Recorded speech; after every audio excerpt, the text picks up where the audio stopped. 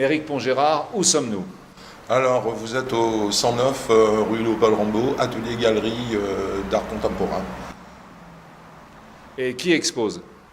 Alors, il y a deux invités cette année, c'est William Zitt et Krillin, son pseudo d'artiste.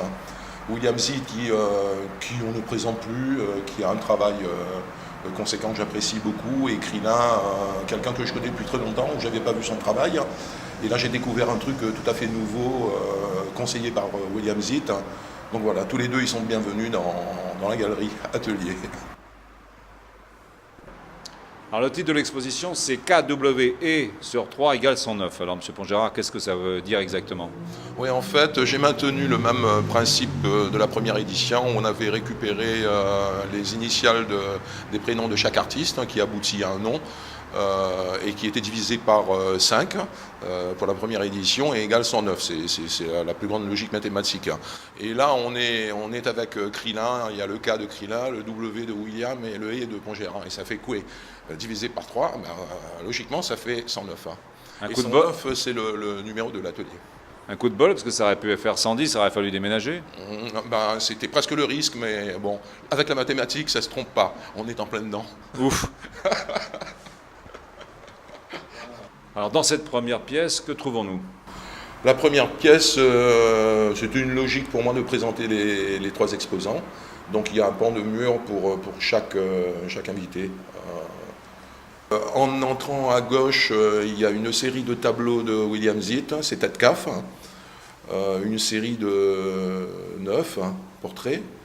Le mur d'en face, c'est le travail de Krillin, triptyque, un travail de fond noir gratté pour retrouver le blanc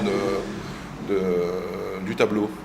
Et à gauche, c'est une dernière petite tentative sur toile. Je suis plutôt sculpteur et je m'aventure un petit peu de temps en temps dans les différents matériaux. Et là, j'ai travaillé avec du blanco, matériau qui normalement efface. Je voulais dévoiler sur tissu noir.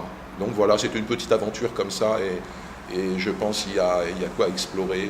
Bon, là, on verra bien par la suite. Éric Pongérard, nous sommes dans la salle numéro 2. Alors, qui expose là? Ben voilà, c'est toujours les trois uluberlus. Sur la gauche, on retrouve Krillin pour un diptyque. En face, il y a une installation de 3 tableaux, un triptyque de William Zitt. Et la pièce à droite, il y a un triptyque de moi-même.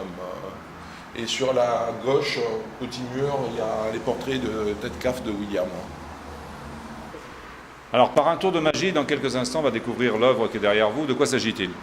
Alors c'est un parchemin de William, pièce exceptionnelle, et avec beaucoup de richesses à découvrir absolument. Un trésor est caché dedans.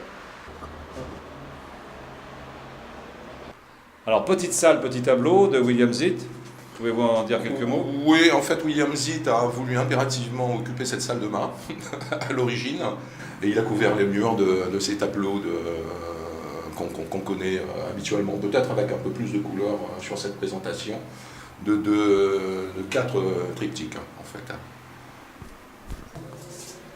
Alors dans cette salle, 6 tableaux en noir et blanc de Krillin, notre cher Krillin. Là, on est dans le tombeau de Krillin. Au rez-de-chaussée, on a pu voir la présentation des 3 artistes, 3 momies. En fait, ce sont le même principe de travail enveloppé dans du plastique de transport. Et là, on se retrouve dans son tombeau avec 6 gisants, 6 personnages à la Krillin. Alors le 109, c'est vraiment pour la fin, puisque là, c'est la dernière pièce du Pongérard pur, récent. Oui, en fait, c'est la continuité d'un travail commencé il y a 3 ans à peu près. Il y a encore à fouiller là-dedans. C'était nécessaire de terminer par téméraire, un feu téméraire. 4 tableaux. Alors, quel est le procédé, le principe? Alors, le principe, je travaille pas mal sur la pierre ou dans d'autres matériaux, avec des abeilles, etc., dans mes travaux antécédents. Et ces dernières années, j'ai travaillé dans le granit de différentes couleurs. Et là, je suis tombé sur un nouveau matériau, c'est un granit reconstitué, où il y a la même densité, et ce qui est intéressant là-dedans, c'est que ce sont des écolos qui ont mis ça en place, et ça évite quand même de débiter dans des montagnes pour extraire le granit. Donc ils utilisent la poudre de granit qui est balancée dans toute la nature, hein, et ils ont reconstitué ce fameux granit. Et c'est une matière très agréable à travailler. Alors, Monsieur Pongérard, merci pour cette visite. C'est moi qui vous remercie.